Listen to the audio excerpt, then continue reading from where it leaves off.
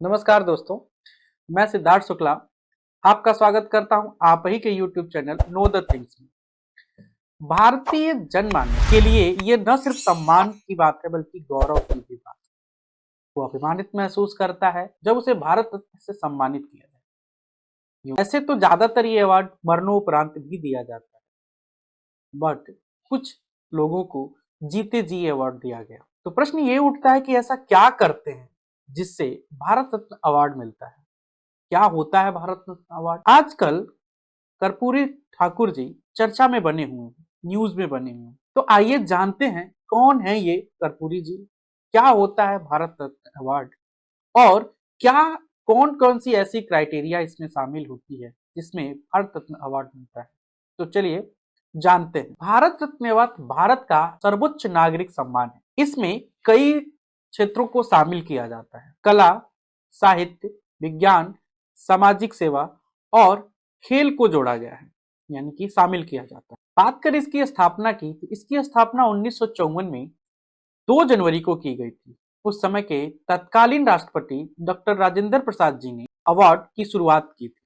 तो अब आपके दिमाग में प्रश्न ये भी उठता होगा कि पहला अवार्ड किसको गया और अब तक कितने लोगों को अवार्ड दिया जा चुका। पहला अवार्ड डॉक्टर सर्वपल्ली राधाकृष्णन जी को दिया गया। जैसा आपको पता है कि इन्हीं के नाम पे देश में शिक्षक दिवस मनाया जाता है। इनके जन्म एक साल में मैक्सिमम 3 लोगों को ही भारत रत्न अवार्ड दिया जा सकता है। तो सवाल ये है कि अब तक कितने लोगों को भारत रत्न अवार्ड दिया गया। देखिए 2024 में जो घोषणा हुई है इस अवार्ड की, वो 49वीं पुरस्कार है। ये 49वें सम्मानित व्यक्ति हैं जिनको ये सम्मान दिया गया है। इससे पहले 48 लोगों को 48 लोगों को भारत रत्न सम्मान से नवाजा जा चुका है, जिसमें सबसे कम उम्र के जो व्यक्ति हैं उनका नाम है श्री सचिन तेंदुलकर। ये अवार्ड एक पीपल के पत्ते जैसी छवि वाले, जिसके ऊपर सूर्य की प्लेटिनम छवि बनी होती है तथा उसमें देवनागरी लिपि में भारत रत्न लिखा होता है। और यह एक सर्वोच्च सम्मान के साथ साथ कोई पदवी नहीं है, याद रखिएगा ये कोई पदवी नहीं है, एक सम्मान है। तो जिस प्रकार मैंने आपको बताया कि पहला अवार्ड डॉक्टर सर्वपल्ली राधाकृष्णन को गया और 2024 का जो 49वां अवार्ड है वो जाता है जननायक कर्पूरी ठाकुर जी को। तो प्रश्न ये है कि कौन है कर्पूरी ठाकुर जी। कर्पूरी ठाकुर जी के बारे में कहा जाता है वो एक स्वतंत्रता संग्राम सेनानी, बिहार के उप मुख्यमंत्री, 2 बार के मुख्यमंत्री, शिक्षा मंत्री और दशकों तक वो विधायक रहे। तो ऐसा उन्होंने क्या कार्य किया जिनकी वजह से उनको जननायक कहा जाता है। आइए उनके जीवन के बारे में जानते हैं। कर्पूरी जी का जन्म समस्तीपुर के एक गांव पिंथौसिया में हुआ था और वो दिन था 24 जनवरी 1924। आज 24 जनवरी को उनका 100वां वर्षगांठ मनाया जा रहा है। इसी उपलक्ष्य में भारत सरकार ने उनको भारत रत्न जैसे सम्मान से सम्मानित किया है। उनकी मृत्यु की बात करें तो 17 फरवरी 1988 में हुआ। उनका जीवन काल एक बड़ा ही उच्च और आदर्शवादी और राजनीतिक शुचिता को बनाए रखने वाले, राजनीतिक आदर्शों को अपने चरम बिंदु तक ले जाने वाले रहा है। राजनीतिक करियर या उनका व्यक्तिगत जीवन अगर जो हम खंगालें तो एक ऐसे आदर्शवादी नेता, एक ऐसे गांधीवादी नेता या यूं कह दें कि गांधी के ऑरा के नेता, लाल बहादुर शास्त्री के ऑरा के नेता मिलते हैं। आजकल जब आप नेता शब्द का नाम सुनते हैं तो आपके दिमाग में विभिन्न प्रकार के अलग अलग छवि वाले नेता आता है, लेकिन जब आप गांधीवादी नेता की बात सोचते हैं, समझते हैं, तो आपके दिमाग में एक ऐसे नेता का विचार आता है जो ईमानदार हो, कर्मठी हो, न्यायी हो और अपने समाज और देश के हित के लिए अपना सर्वोच्च देने के लिए तैयार हो। तो ये सारी खूबियां कर्पूरी ठाकुर जी के व्यक्तित्व में समाहित थी। कर्पूरी ठाकुर जी का जन्म एक सीमांत किसान परिवार में हुआ था और पेशे से या अगर जो हम जाति की बात करें तो हमारे तरफ यूपी बिहार में ये नाई जाति से आते थे जो बाल काटने का काम करते। देखिए इनके पिताजी भी पूरे जीवन काल ऐसा नहीं रहा है कि ये जब मुख्यमंत्री बने तो ये लोग बहुत ही लग्जरियस लाइफ जीते हैं, बिल्कुल नहीं। लोग बताते भी हैं कि कर्पूरी जी की पहचान फटे कुर्ते, बिखरे बाल और चप्पल थी, अर्थात तो इतना सादा जीवन जीते थे। उनके जीवन की कई कहानियां हैं जो आगे मैं आपको सुनाऊंगा। इतनी मार्मिक से मार्मिक कहानियां भी हैं और उनके आदर्शों को बयां करती हुई कहानियां भी हैं।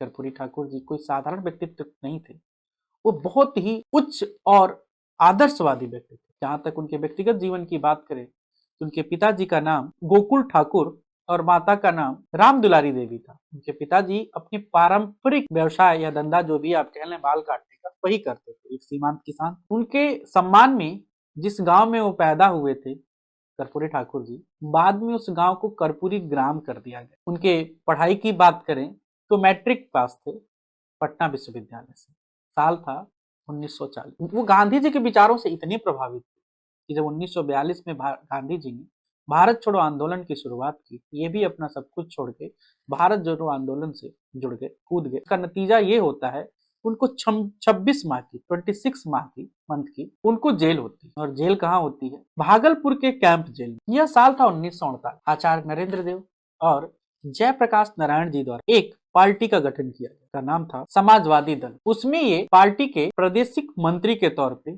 जुड़ जाते हैं या यूं कहने समाज सेवा में लग जाते हैं। इस तरीके से उनकी राजनीतिक करियर की शुरुआत होती है। सन 1970 में कर्पूरी ठाकुर जी के नेतृत्व में इनका दल सोशलिस्ट पार्टी एक बड़े ताकत के तौर पे उभरती है। जहां तक कर्पूरी ठाकुर जी के संघर्षों और राजनीतिक जीवन की बात करें तो ये हमेशा से दलित, वंचित, पिछड़े के लिए लड़ते रहे हैं, संघर्ष करते, उनको न्याय दिलाने की, उनको समानता दिलाने की बात करते रहे हैं। उनका सादा जीवन, सरल स्वभाव, स्पष्ट विचार और अदम्य इच्छा शक्ति बर्बर ही लोगों को उनको अपनी तरफ आकर्षित और प्रभावित करने पे मजबूर करते। एक ऐसे विराट व्यक्तित्व के धनी जिनकी भाषा पर बड़ी पकड़, कहते हैं कि वो कड़े से कड़े बात को भी इस लहजे में कहते, जो सामने वाला व्यक्ति जिसको कहते थे वो ऐसा बोल भी नहीं सकता था कि कर्पूरी जी उनका अपमान किए। कहते कि उनकी आवाज खनकदार और चुनौतीपूर्ण, लेकिन वो विषम से विषम परिस्थितियों में भी शिष्टाचार और सम्मान को नहीं भूलते थे कि सामने वाले का कैसा सम्मान करना चाहिए और क्या शिष्टाचार निभाना चाहिए। जिस समय की बात मैं कर रहा हूँ उस समय बिहार में जाति पात, ऊंच नीच इसका दौर चल रहा। तो आप अंदाजा लगाइए एक पिछड़े समाज से आने वाले कर्पूरी जी का जीवन का जो शुरुआती दौर था या यूं कह दें पूरा उनका जीवन काल कैसा रहा होगा संघर्ष में। तो इनको चुनौतियों का सामना तो करना पड़ा। क्यों? क्योंकि पिछड़ी जाति से आते थे, या दूसरी बात अगर जो साधारण शब्दों में कहें तो ये छोटी जाति से आते थे। समाज पे वर्चस्व बड़ी जातियों का था। कहते ये भी हैं कि उस समय कांग्रेस पे बड़े जातियों का पूरा प्रभाव और दबदबा, जिसका नतीजा ये होता है कि इनको सामाजिक और राजनीतिक अंतर्विरोधों को भी झेलना पड़ता है। लेकिन ये इस कठिन दौर को भी साहस और धैर्य के साथ ये सामना करते हैं। समय समय पे इस विचारधारा का भी ये भंडाफोड़ करने में पीछे नहीं हटते। इनके बारे में कहा जाता है कि जब ये 1952 में पहली बार आम चुनाव हुआ और ये विधायक बने, उसके बाद से कभी चुनाव हारे ही नहीं। कर्पूरी ठाकुर जी जब शुरुआती दौर में यानी कि 1952 के आम चुनाव में जब वो चुनाव जीत के जाते हैं तो देखते क्या है कि कांग्रेस में ऊंची जातियों का वर्चस्व है और तो कुछ लोगों ने भी छोटी जाति के नाम पे, पिछड़ी जाति के नाम पे एक अलग ग्रुप बना। क्या होगा जब आप एक ही संगठन में अलग ग्रुप बनाएंगे तो उसका नतीजा तो भुगतना ही पड़ेगा। इसका बुरा नतीजा भी होता है। संख्या बल, बाहुबल, धन बल और काली राजनीतिक ताकतों ने इनको इग्नोर कर दिया, या यूं कहें इनके जैसे कर्मठी कार्यकर्ताओं की पूछ कम हो गई, इनका महत्व कम कर दिया गया। लेकिन कर्पूरी ठाकुर जी रहे संघर्षशील आदमी, इनके व्यक्तित्व में ही संघर्ष था, तो इन्होंने रास्ता ही बदल दिया। साल था 1967 और ये वो दौर जब बिहार में या देश में गैर कांग्रेसी सरकार का नारा बुलंद और डॉक्टर राम मनोहर लोहिया जी के नेतृत्व में पहली बार बिहार में गैर कांग्रेसी सरकार बनी और उस सरकार के उप मुख्यमंत्री होते हैं कर्पूरी ठाकुर जी। और उनके जीवन में या राजनीतिक जीवन में ऊंचाई तब और ज्यादा आती है जब वो 1977 में मुख्यमंत्री बने। और बिहार में ये पहला मौका था जब किसी पिछड़ी और शोषित वंचित जाति से कोई राजनीति के शिखर पे बैठा था, या कह सके सत्ता के शिखर पे बैठा था। वो हमेशा देशवासियों को उनके अधिकारों को जगाने का भी प्रयास करते रहते थे।